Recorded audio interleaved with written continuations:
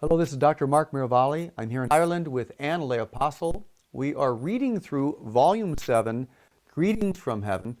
I would like to read this July 24th, 2004 message from St. Daniel, and this will be followed by Anne's comments. These are his words, and I quote, "My brothers and sisters have difficulty separating from their earthly lives.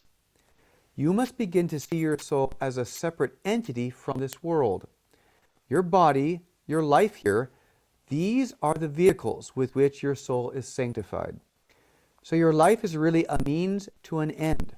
You are here to gain eternity. You are here to serve God during your exile from heaven. You have been told you are to earn heaven here, and that is true. But, dear friends, let me assure you, I've been in both places. None of us, merit heaven.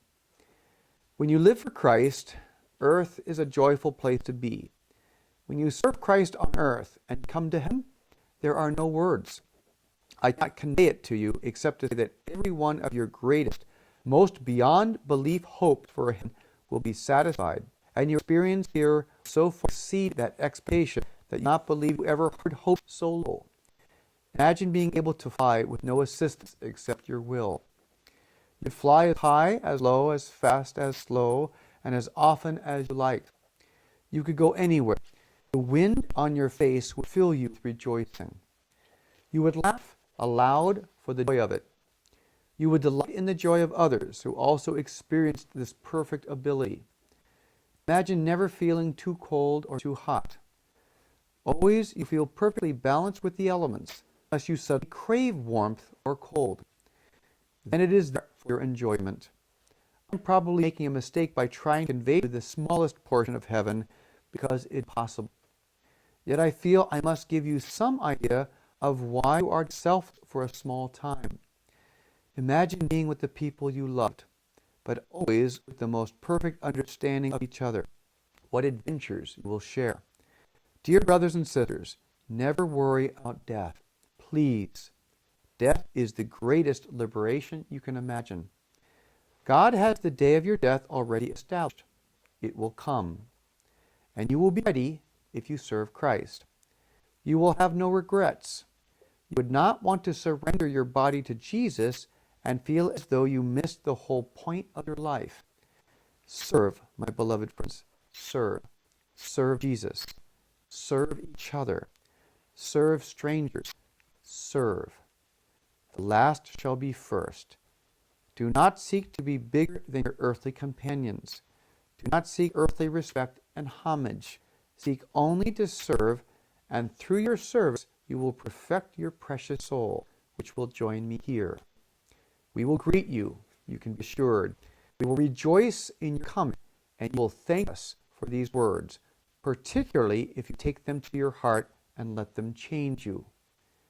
In these words you will find the greatest of wisdom. You will see that. You will not see the graces that flow from these words into your souls and your actions for others. But you will discern the graces by a new reflective quiet. You will consider your eternity and what you would like to do, prepare for it. You have been given this day, or rather this moment. Do you know for certain that you will see the end of this day? You do not. Perhaps this moment, these next few moments, will be your last opportunity to claim something for Jesus. This is how you are to live each day. In this way, you will serve. You will not change immediately.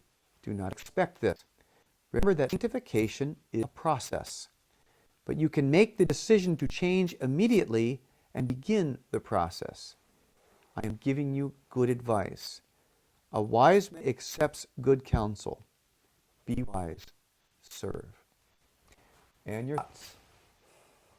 Daniel tries to help us separate. He's saying, draw a distinction between your earthly life and where you're destined to spend your eternity. And he says your life is a means to an end. You're here to gain eternity and also to serve God while you're in exile. He says beautifully, he says, I've been in earth and I've been in heaven. And he said, I can tell you, none of us merit heaven. And then, so sweetly, he tries to give us some ideas about heaven, to say, this is how great it is. This is how wonderful it is. You want to be here. He says that every one of our greatest hopes for heaven will be far exceeded. Most beyond belief hopes will far exceed. And then I think it's beautiful the way he says, you can fly at will. I couldn't help but be amused at how fun that sounds. I mean, to fly. And then he said, this is the least. I'm giving you a little kernel of something that will get your attention. And he got mine. He's afraid that by doing it, he knows. Yeah, that heaven is just a place you fly. Right. But this is limited just to the that. smallest aspect It's like thing. somebody trying to describe an amusement park to a child, and you're going to go on a really fast ride, and all the child then thinks of is this really fast ride. Right. Gets her is this massive place. Right. It's beautiful. And he says, the wind on your face will fill you with rejoicing. And the experience I've had of heaven, it's true. I understand his hesitation to go there, because it's like I was shown a tiny piece of a leaf, and I was asked to describe a forest. And I know how limited my descriptions were. I'm sure he felt the same way in terms of, hitting a little bit of it. He said, but it's never too cold or it's never too hot unless you crave warmth and crave cold, and then it will be available to you. Now, he calls death, dying, our greatest liberation.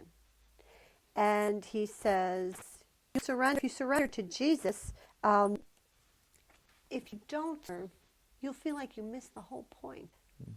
And that will be sad. And you will have missed the whole point. And that's why, again, these messages talk about a new, perhaps unprecedented release of grace and information. Jesus talked about taking away the veil.